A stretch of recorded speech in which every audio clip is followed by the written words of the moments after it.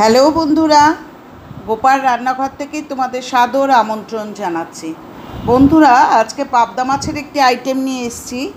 আগের দিন দেখিয়েছি হচ্ছে পাবদা মাছের হাতে মাখা ঝাল, আর আজকে দেখাবো হচ্ছে পাবদা মাছের তেল ঝাল।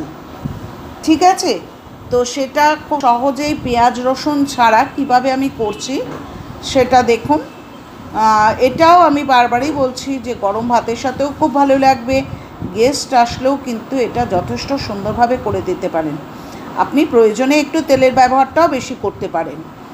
আচ্ছা, আমি 6টি বেশ মিডিয়াম সাইজের, খুব বড় নয় খুব ছোট নয়, পাবদা মাছ নিয়েছি। এবার পাবদা মাছগুলোকে আমি নুন হলুদ দিয়ে ভালো করে ম্যারিনেট করে নিলাম। প্রথমে কেটে ধুয়ে পরিষ্কার করে নুন হলুদ দিয়ে আমি ম্যারিনেট করে নিলাম। আচ্ছা, আর একটা কথা বন্ধুরা, আমি অফ ক্যামেরাতে কিন্তু একটু সর্ষের তেল মাখিয়ে নিয়েছি। নতুন রাঁধুনিদের জন্য বলবো সর্ষের তেল মাখানোটা মাস্ট।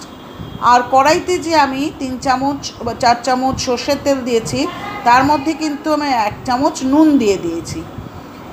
এবার আমি দুটো দুটো করে কিন্তু আমি পাবদা মাছগুলোকে ভেজে নিয়েছি। মুখটা সামলে একটু সরে দাঁড়াবেন। এবার আমি জিরে ফোড়ন দিয়েছি, আর আমি একটা মশলার পেস্ট করে নিয়েছি। সেটা 3টে বড় সাইজের টমেটো, 2টো শুকনো লঙ্কা, 3টে কাঁচা লঙ্কা, 1 ইঞ্চি আদা দিয়ে একটা পেস্ট তৈরি করে পেস্টটা ঢেলে দিলাম।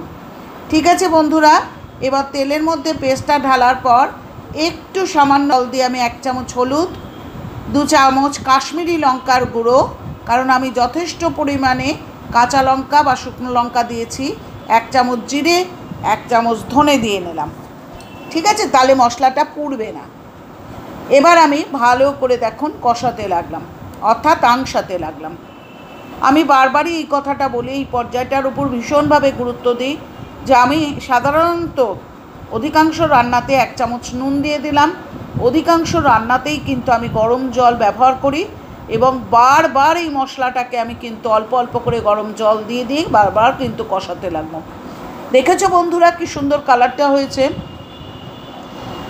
এরপর আমি অল্প অল্প করে গরম জল দিয়ে কিন্তু আমি কষানো হয়ে গেল।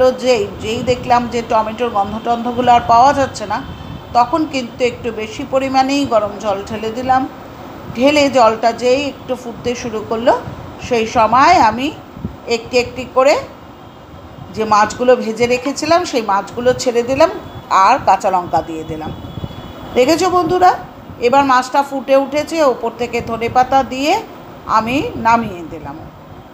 ঠিক আছে, আমি আগের দিন দেখিয়েছি পাবদা মাছের হাতে মাখা ঝাল, আজকে দেখালাম পাবদা মাছের তেল ঝাল। গেস্ট আসলে পরিবেশন করো, সবাই খেয়ে খুব প্রশংসা করবে। সুন্দর হয়েছে দেখতে, দেখো কত কালারফুল দেখতে হয়েছে, গরম ভাতের সাথে অত্যন্ত প্যালেটেবল লাগবে। এবার আসি কাজের কথায়। পুরনো বন্ধুরা, তোমাদের অজস্র ধন্যবাদ।